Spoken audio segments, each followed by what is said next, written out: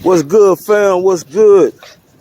What's up to all the new subscribers, man? We growing, man, like leaps and bounds, man. You know what I'm saying? You ain't subscribed yet, man. Hit the subscribe button. Come on in for the big win. You know what I'm saying? Get up off the bench. You know. But look, man, we back in Oklahoma. Got to get the dogs out. And I had to do a quick video on some things you should consider before buying your first American bully. How much your budget is going to determine if you get a breed stock out of the litter, if you get a show quality out of the litter, or if you get a pet quality out of the litter. All would be great dogs, but it should be a difference between over almost $1,000 or more between a pet quality and a show quality dog. If you're buying a dog for breed stock, fam, you got to have the best of the litter. You got to have the top 2-3 dogs in the whole litter. It's got to be what you're going after. It's got to be straight, correct. Can't have no flaws. If you want something to breed with, at least has to have less than 2 flaws. That means you can't have overbite and easty westy. Then he'd be out. If he had an underbite in easty westy, he'd be out. If he had a kink tail in easty westy, he out. He can't be breed stock. But it can be a great pet. Difference in the price may be $1,000 to $1,500 depending on which class of bully that you buy. How much space you have is a big thing in determining which bully to buy. You're pretty safe all the way up to an XL. XL needs a yard. Classics and large pockets, I would say too, but you can't get away with smaller placement though. Before you buy your first bully, make sure you pick the right size for your situation. If you have an apartment, don't get an XL. Get you a micro, get an exotic. You don't like micros, exotic, get you a pocket. Find a breeder that makes small pockets. Find a breeder that makes a medium-sized pocket. It won't take much. Even a classic is not too big for an apartment. As you see, King Creed is a standard, and he's not too big for an apartment. Little Rock is 5 years old. King Creed is about 5.5 months, and they're about the same height. So that tells you the range.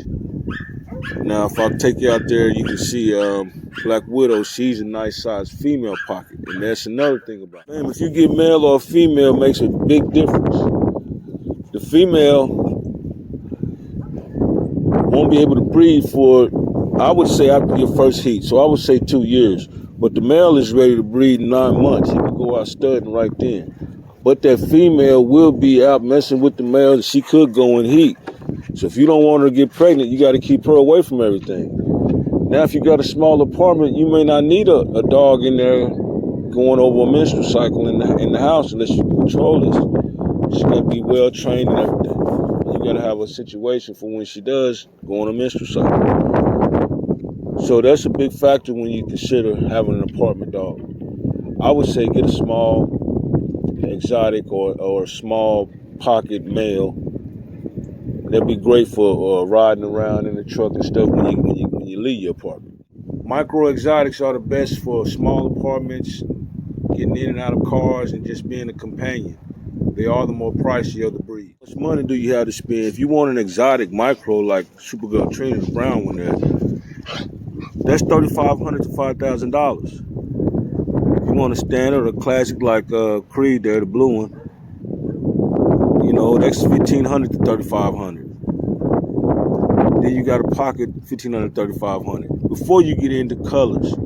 Now, if you want Merle, add another $1,000 to $1,500 on that price. Do you work a lot? Do you have a lot of time? Do you have money to buy the things that the dog needs? All these things are important. See, Supergirl Trina is so small that she's great for the house, and she can have a little playpen outside that she can go to, and everything's perfect. Come on, y'all. Get out and run around.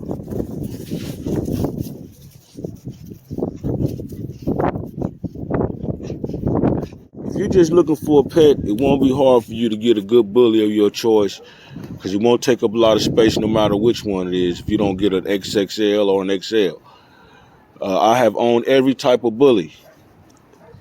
except for extreme or an XXL. I have it on an XL all the way down to micro exotic Supergirl trainer.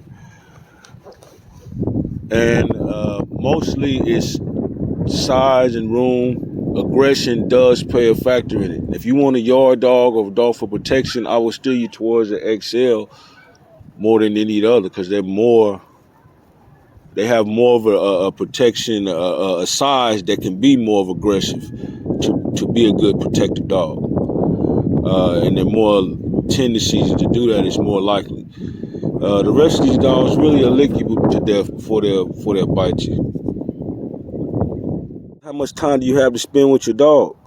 Because if you don't have a lot of time to spend with your dog, it's gonna be in the kennel a lot of times, and that's bad for dogs.